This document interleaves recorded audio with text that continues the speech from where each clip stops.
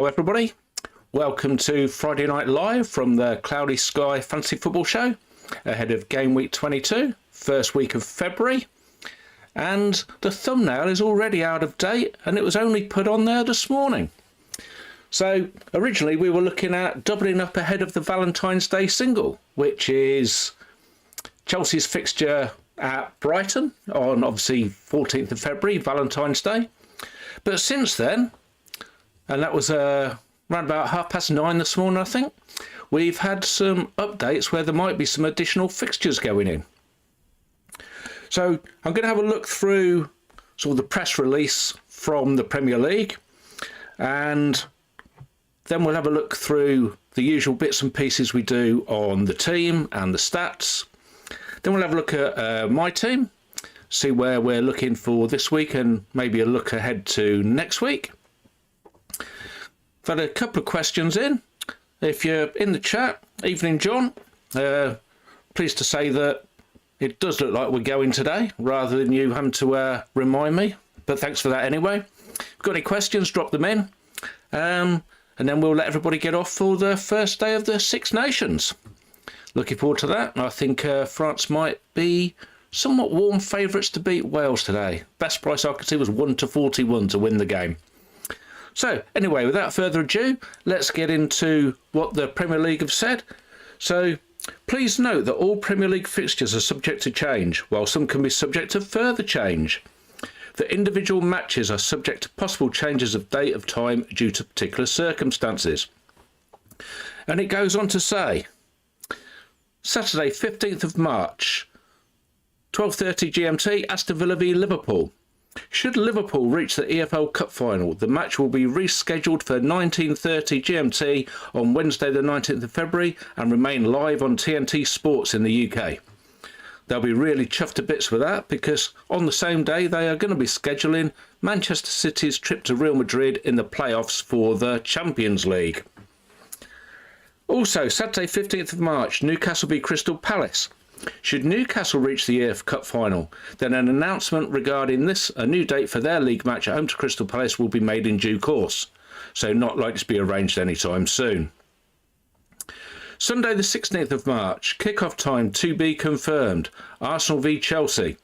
Should Arsenal reach the EFL Cup final, this match will be rescheduled for 19:30 GMT on Tuesday the 18th of February and remain live on Sky Sports in the UK. So Sky again getting the better of TNT there because that day it's Bayern Munich against Celtic. So Sky will be able to show Arsenal v Chelsea in the league while Amazon are showing Bayern Munich v Celtic in the Champions League. Sunday the 16th of March, Fulham v Spurs. This match now moves to Sunday the 16th of March due to participation of Tottenham Hotspur in the Europa League the preceding Thursday. The kick-off time will be confirmed after confirmation from the EFL of the kick-off time of the EFL Cup final. However, should Spurs reach the EFL Cup final, this match will be rescheduled for 19:30 GMT on Wednesday the 19th of February. So it looks like we're definitely going to have one match on the 19th of Feb, which will either be Fulham v Tottenham or Aston Villa v Liverpool.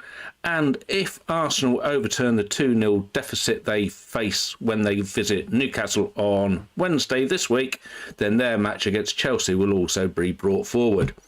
So for once, the Premier League have been a little bit proactive, and they couldn't really have said much before today because they had to wait until Tottenham and Manchester United were into the not in the playoffs for the Europa League, but actually got fixtures scheduled in March. So that's where we stand with that. And we will know by this time next week which matches are in and which matches are not. Okay, so let's have a look at the team. So my team for the week, 80 points. Nothing too exciting. Yet once more, I hear you say. So in goal, Matt Sells. They got an absolute walloping by Bournemouth. Robinson for Fulham. They looked like they were holding on for a goalless draw against Manchester United last Sunday until that rather fluky goal from Martinez went in. 5 points from Van Heck. He was back in the passing tier by the looks of it. 6 from Van Dijk. Again, Liverpool looked like they were on for a clean sheet. 4-0 up to Ipswich and then like final minutes goal. Saliba, who this time last week we were thinking of transferring out, and miraculously he was able to play. Arteta keeping his card particularly close to his chest again, but he managed to get a clean sheet in the 1-0 win at Wolves. So 7 points for my team. Cole Palmer, a disappointing 3. Phil Foden, another goal. Very impressive 18. He's been one of the few shining lights in the team. Gordon then got an assist, 5 points. Mo Salah, 8 points. Nicholas Jackson, a very fortunate assist for Mandueki's goal in the 3-1 defeat at City on Saturday night. And then Brian Mbeumo, who came in for, as you can see, Solanke at the bottom there. Solanke's obviously injured, and Mbeumo was brought in for the past Sunday. Yeah. And he was goal scorer with a twice taken penalty, so 8 points as captain. So let's have a look at the leaderboard. So hanging on at the front, Shane White with Wexico United, 2,204 points. He had 90 for the week. Melvin Poole in second, Malvinio Cloud FF, 2,176 points, 92 for the week. And in third, Richard Fincham with Desmond, 2,162, 101 for the week. Well done. So rounding out the top 10, we had Mark McFadden, Mark Hawes, Chris Parry, Kevin Wood, Thomas Lavelle, Barry Morrison, Mark Berry and Kay Dickinson. And if we have a look for the high scores of the week, so 114 was the top for Mike Klingon, Steve Everest 112, Lee Kennedy 111, then rounding out the top 10 there, we have James B, Piers McBride, Richard Tucker, Richard Fincham, Dan Sherwood, Aaron Alton and William. They all scored 100 or more. Well done. So let's have a look at the match centres from last week and find out where everybody scored their points. Okay, so first match was Bournemouth 5, Nottingham Forest 0. Goal scorers for Bournemouth were Kluivert, Utara with a hat-trick and Semenyo. With the tier 3s, we had Adams in the tackles for Bournemouth, nobody in the passes. In the shots, Semenyo and Utara. For Forest, only Matt Sells with tier 3 in the saves. Brighton 0, Everton 1. Goal scorers was Ndai for Everton. Tier 3s, Baliba or Balabar. The tackles for Brighton. In the passes, Dunk, Van Heck and Veltman, all tier 3. For Everton, Idrissa Gay, tier 3 tackles. Liverpool 4, Ipswich 1. Goal scorers were Szoboszlai, Salah and a brace for Cody Gakpo. Tier 3s, Konate with the tackles. With the passes, Robertson, Van Dijk and Konate again. Good score for Konate, got an assist as well, so he scored 11. For Ipswich, tier 3, the only one there was Twanzebe with the tackles. Greaves got their consolation goal in the 90th minute. Southampton 1, Newcastle 3. Goal scorers for Bednarek for Southampton, then Isak with a brace and Tonali for Newcastle. Tier 3s, Ugachua, tier 3 tackles and McCarthy, tier 3 saves. For Newcastle, Joe Linton and Tonali, tier 3 tackles and Isak, tier 3 shots. Wolves 0, Arsenal 1. Goal scorers was Calafiori, came off the bench at half time. Tier 3s, Agbadu with the tackles for Wolves and Partey with the tackles for Arsenal. Well, that was it. Manchester City 3, Chelsea 1 in the Saturday night game. Goal scorers were Gvardiol, Haaland and Foden for City, and Madueke with the early goal for Chelsea. Tier 3s, only one there, Akanji with the passes, 84 passes. Nobody else with the Tier 3 at all. And then Crystal Palace 1, Brentford 2. There was some shocking football on Sunday. Anybody that had the misfortune to sit through all three of the games that were on, my goodness, that was bad. So for Palace, goal scorers Essa, not Eze, but Essa. For Brentford, Mbeumo and Shada. And Tier 3's only one was Munoz, who got an assist for Palace and he got Tier 3 tackles. Spurs 1, Leicester 2. So goal scorers for Spurs were Richarlison, and for Leicester, Vardy and El Kanous. Tier 3's, Davies with the passing for Spurs, and Stolarczyk in goal with the saves for Leicester. And that was it. Then the Super Sunday game, which was far from super. Villa 1, West Ham 1. Goal scorers were Ramsey and Emerson. Tier 3s for Kamara with the tackles for Villa. Alvarez and Paqueta with tackles for West Ham. And then the evening game, Fulham 0, Manchester United 1. As previously advertised, goal scorer was Martinez with 78 and only one Tier 3, which was Ugarte. So let's have a look on where we are with points. So overall, top of the shop, still way out in front.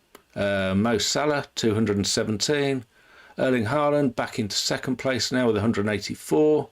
Wonder if he'll start making his way back into people's sides when we get through their difficult set of fixtures, which are even more difficult now with Real Madrid on the horizon for back-to-back playoff games. Isak is in fourth place, still not in my side. Probably why I'm not doing so well. Mbeumo is fifth, and Chris Wood, Virgil van Dijk, Justin Kluivert, second highest scoring midfielder, only 2.7 million, and he's up to 8th overall now. Ollie Watkins in 9th, Gvardiol has been very consistent for City now in 10th, Saliba and Cunha, Jackson, Sells, Munoz, Bruno Fernandes, Trent Alexander-Arnold, Alex Iwobi, Gabriel and Johan Wissa. I think he might be popular as well, but as we've spoken previously, you have the issue with not enough forwards in the game. Let's have a look at the bonus points. So top of the shop is still Kovacic, 49, Virgil van Dijk with 48 and Erling Haaland with 46. Mark Flecken still up there, he's got 44 save points for Brentford. Daniel Munoz up to 5th in the bonus points now with 43 alongside Saliba. 2 on 41, which is Gvardiol and Partey. And then we have 2 on 40, which is Van Heck and Salah. 2 on 39, Caicedo and Lisandro Martinez. And 4 on 37, Ruben Diaz, Bruno Fernandes, Harwood Bellis and João Gomez. Managed to get himself sent off last week, so he'll be banned this week. Then 35, 2 there, Bednarek and Akanji. And 34s for Levi Colwell and Nusar Mazraoui. And we'll have a look at the ownership from FF Stuff today. So overall, more than 3 and 4 of us have Cole Palmer. Over 2/3 have Mo Salah. Just over a half now with Isak, 55%. Erling Haaland is in 4th with 42, and the only other one over 40 now is Gabriel. Dean Henderson still 1 in 3, have him as their goalkeeper. Van Heck just over 3 in 10, the same as Saliba and Anthony Gordon. Bruno Fernandes just under 3 in 10 at 29%. Then a quarter have Mbeumo. I think he'll become popular when we have a look at the fixtures. Van Dijk in 22, Robinson in 21, and Lewis Hall in 20. Then just under 20, Munoz, Smith Rowe, who's dropping back now, 19%, same as Eze. Word on the street is that Eze is injured, so those that have him might need to have a deeper dive and see how long he's going to be out for. Murillo there, the 2.3 million defender for Forest. Gvardiol and Bruno Guimaraes. Okay, let's see if we make that disappear. Then we'll have a look at the planner. So this is the calendar from the transfer planner, and you'll see here that in the 18th and 19th of February I have added in the 2 possible games there. So Arsenal against Chelsea, which could be on the Tuesday, and then one of these matches will be on the Wednesday. It'll either be Aston Villa against Liverpool or Fulham against Tottenham. So we had a question from SkyFF Loser in on Twitter, and he asks about moving on and off Newcastle. So what are your thoughts on hopping off and then back on to Newcastle in the coming weeks, Ian? Lots of 3-for-1s versus Newcastle's only game being away at Manchester City. So if we have a look at this, Newcastle, they play Fulham tomorrow on Saturday, February the 1st, and then they play Manchester City in a fortnight's time on the 15th, and then they play again against Nottingham Forest on the 23rd. So yeah, quite a few teams there that have got 3-for-2, well 3-for-1 as it would be there.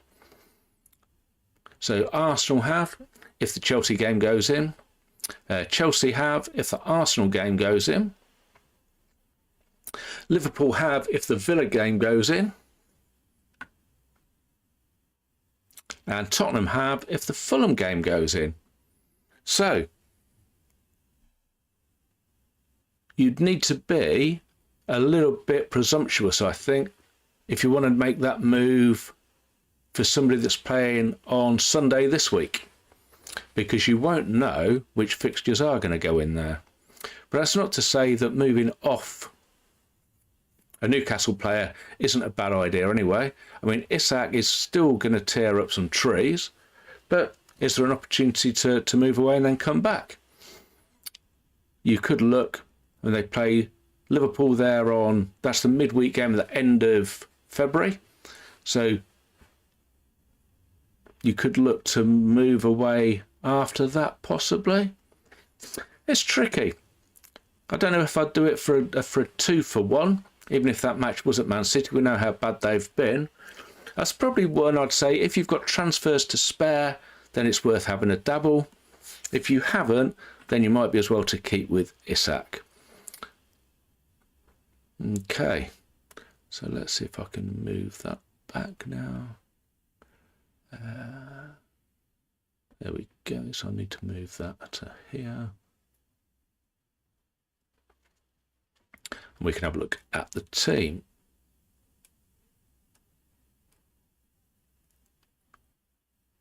Move that across, there we go. Right, so if I move this back a bit now, we'll see where we are for this week. So, fixtures this week. First game, Nottingham Forest against Brighton, 12:30 on TNT. So Forest a bit of a shellacking at Bournemouth last week, and Brighton managed to lose at home to Everton. So I think this might be quite low scoring. A 0-0 wouldn't be beyond the realms of possibility, but I think we might get a low scoring draw, maybe a 1-1. Wouldn't surprise me if Chris Wood scores again. And Brighton could be any number of people. I mean, they might not get past Forest anyway, so if I was going to have a bet on that and it was both teams to score, I might say yes. But if it's over or under 2.5 goals, I think I'd probably go for under. Then Bournemouth v Liverpool, which is very strangely a 3 o'clock Saturday kickoff. Even more so when you consider that the next Liverpool home game sort of the following week is against Wolves, and that is on the television. So I'm surprised that this one isn't, but I'm sure there'll be a few people trying to get hold of a stream somewhere because it looks like it might be quite a good game. I imagine that Liverpool should be favourites to win, but Bournemouth have been playing very, very well. So I'm going to go for a 2-1 win to Liverpool. Well, probably Salah is the safest bet, isn't it? But Gakpo's been on good form. They'd rested near enough everybody. Well, Gakpo played 50 minutes on Wednesday against PSV, and I think Robinson and Tsimikas both played. Robinson came off first, so he'll probably start at left back on Saturday. Everton against Leicester. Everton showing a little bit of a renewed form under David Moyes. Leicester absolutely woeful. And then they managed to beat Tottenham away last Sunday. I mean, these days it's not saying too much to beat Tottenham, but for Leicester to do it, and by all accounts they played well and deserved their win. Will they do it, back it up with another one at Everton? I'd imagine probably not. I'll go for Everton 1, Leicester 0. Another basement battle, Ipswich against Southampton. Both sides really need a win, don't they? One side's looking in better form than the other, which is Ipswich, but they did get their sort of rolled over and had their tummies tickled at Liverpool last week. Maybe they'll save better for at home, but I think their wins have come away from home, Ipswich, in all fairness. So I'm going to go for Ipswich to win, maybe just 1-0, 2-1, be a tight game. Newcastle against Fulham. So Newcastle got back on the horse with a win at Southampton last week, having been pummeled at home by Bournemouth previous week. I think they want to put that result right ahead of their big game on Wednesday against Arsenal in the League Cup semi-final.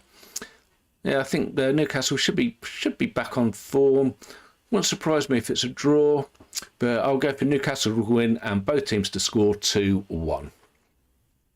Wolves against Villa is the late game on Saturday.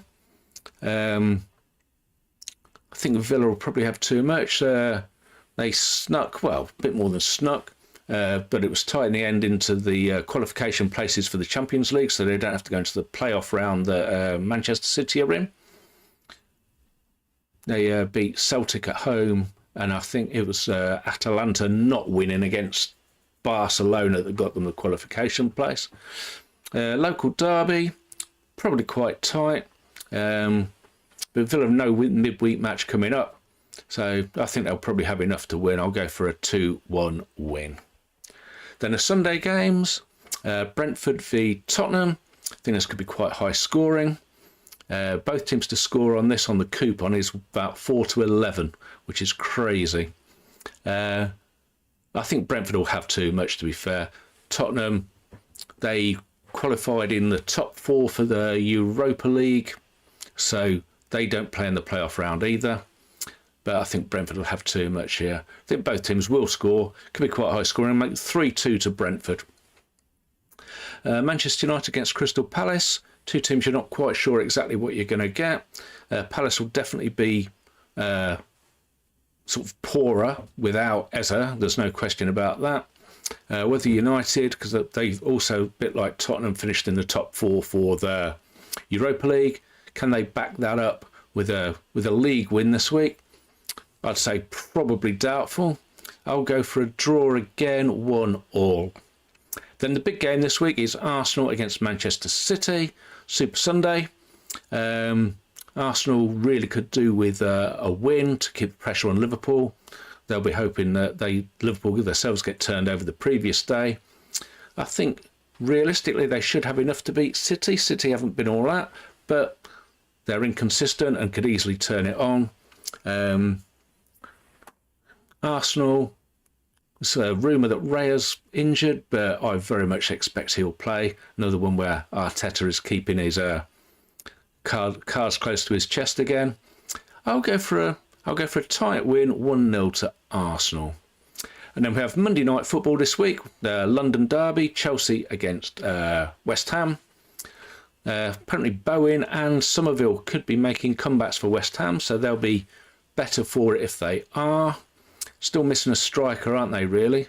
Wonder whether they'll get something across the line in the transfer window, which is this week.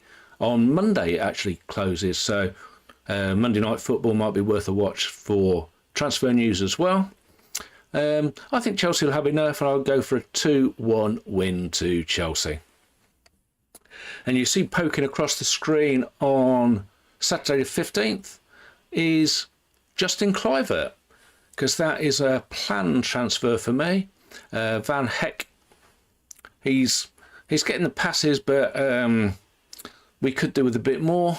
And there's an opportunity there to move away Brighton to Bournemouth. Bournemouth have got good fixtures coming up. If we go back to the calendar, so Bournemouth play Southampton, then Wolves, they visit Brighton themselves, then they have Tottenham, Brentford, Ipswich, West Ham, Fulham, Palace, even Manchester United before things tighten up at the end with Arsenal, Villa, Manchester City, and they finish at home to Leicester.